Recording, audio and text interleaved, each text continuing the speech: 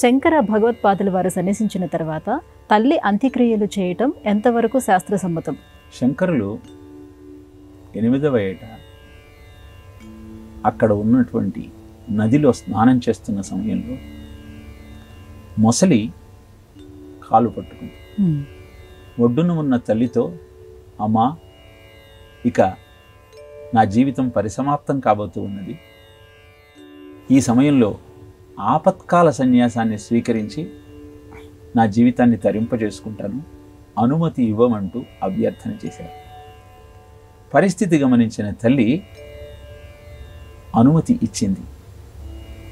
వెంటనే మంత్రాన్ని జపించి సన్యాసాన్ని స్వీకరిస్తున్నట్టు భావన చేశారు శంకర భగవత్పాదులు.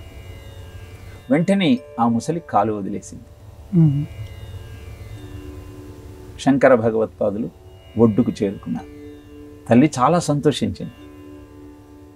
ఎప్పటిలాగానే ఇంటికి వచ్చి అద్భుతమైనటువంటి నిత్య నైమిత్తిక కర్మలన్నింటినీ ఆచరిస్తూ జీవనం గడుపుతాడని భావించింది.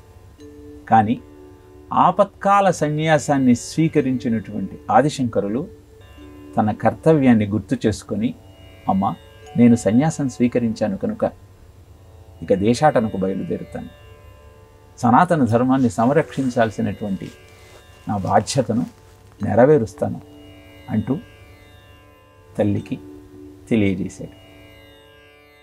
ఆ మాటలు విన్నటువంటి ఆర్యాంబ చాలా దుఃఖించింది.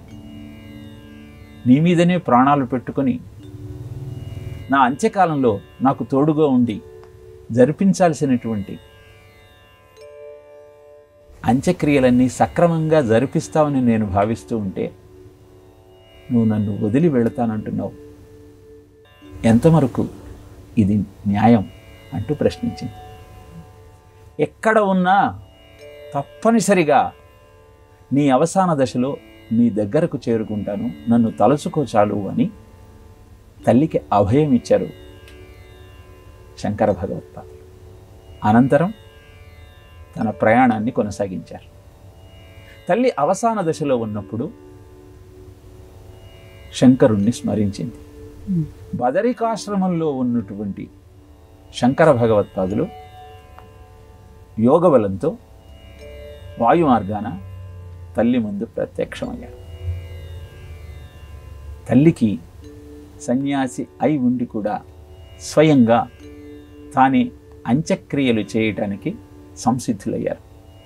ఇది తెలిసిన కాలడి వాసులంతా శంకరుణ్ణి గర్హించారు. సన్యాసివై ఈ కార్యక్రమాన్ని ఎలా చేస్తావు అంటూ శాసించే ప్రయత్నం చేశారు. ఎవ్వరూ సహకరించడానికి ముందుకు రాలేదు. 2 నంబూద్రీలు మాత్రం ముందరికి వచ్చారట. వారి సహాయంతో తల్లికి అంత్యక్రియలన్నీ జరిపించారు శంకర భగవత్పాదులు.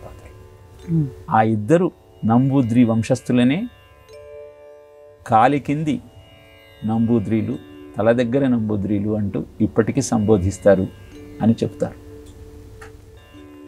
ఇది ఎంత మటుకు శాస్త్రసమ్మతము అని అనేక చర్చలు జరుగుతూ ఉన్న నేపథ్యంలో ఒక విశ్లేషకుడు శంకరుణ్ణి సమర్థిస్తూ ఆయన చేసిన పనులన్నీ సరి అయినవేనంటూ ఒక ఉదాహరణలతో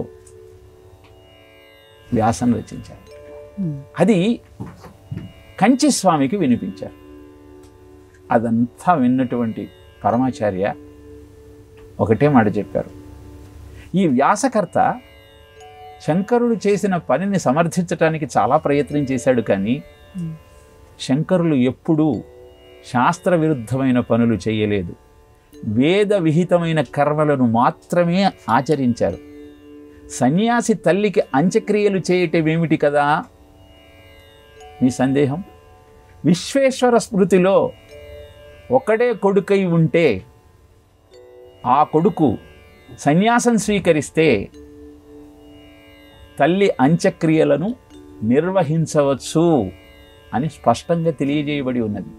కనుక విశ్వేశ్వర స్మృతి ఆధారంగా శంకర భగవత్పాదులు తల్లి యొక్క అంత్యక్రియలు జరిపించారు. వేద విహితమైన కర్మను మాత్రమే ఆచరించారు. ఆయనను సమర్థించాల్సిన అవసరము అగత్యము ఎవ్వరికీ లేదు అంటూ శంకరుల యొక్క ధర్మనిష్టను ప్రపంచానికి తెలియజేశారు ఆ శంకర అంశ సంభూతులైనటువంటి కంచి పరమాచార్య.